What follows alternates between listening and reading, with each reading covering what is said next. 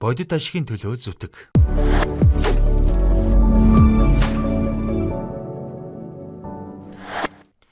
Бодит ашигыг нэгд цэвэр ашигын орлогын хувиар, хоёрд цэвэр ашигыг нийт ашигын хувиар тооцох энгийн арга хэрэглээрэй. Ашигт анхаарал тавигээд байгаа нэг талдаа эзэндээ олигтой цалинж өгөхгүй мөртлөө бизнес гээд яваад байх гажуудал, нөгөө талдаа орлого төвлөрөөд зардалд анхаарахгүй байх, эсвэл орлого олоод байгаа юм шиг мөртлөө бүх зардал нь гараад явчихдаг байдлаа өөр нүдээр хараарай гэж зөвлөд байгаа юм. Ашигт анхаарал тавихын өмнө бизнесийнхээ орлого олох схемийг сайтар хараарай.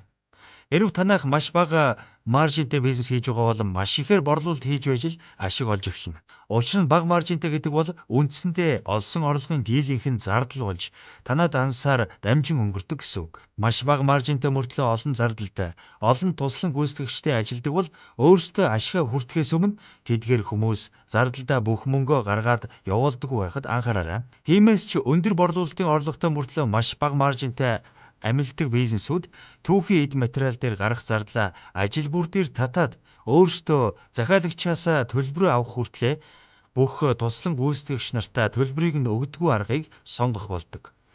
Энэ нь нэг талаас зөв юм. Учир нь та ажлаа бүрэн дуусгаж хүлээлгэн өгч байж таны орлого орж ирнэ. Гэтэл таны өмнөөс бусад хүмүүс хариуцлага хүлээх үү? Та бүх зардлаа гаргаад явуулчихсан байсан чинь таны захиалагч гэрээний гүйцэтгэл сэтгэл ханамжгүй бол яах вэ?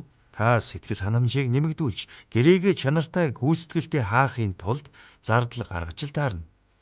Бодит ашигыг чухалчлаад ирэхээр та дараах хэд хэдэн үзүүлэлтүүдийг анхаарч эхлэх хэрэгтэй. 1. Нэг төгрөгийн орлого олохын төлөө ямар зардал гаргаж байна вэ? 2. Гаргасан нэг төгрөгийн зардал маань ямар ашиг авчирч байна вэ? 3. Ажил тутамд бид хөдөлмөрийн бүтээмжээ яаж хэмжиж байна вэ? 4. Ажилтан бүрийн хөдөлмөрийн бүтээмж нь ялгаатай байна уу? 5. Нийт ажилтнуудын хэдэн хувь нь борлуулалт, үйлчилгээ буюу мөнгө олохын төлөө ажиллаж байна вэ? Хэдэн хувь нь бусад чиглэлийн ажил хийж байна вэ?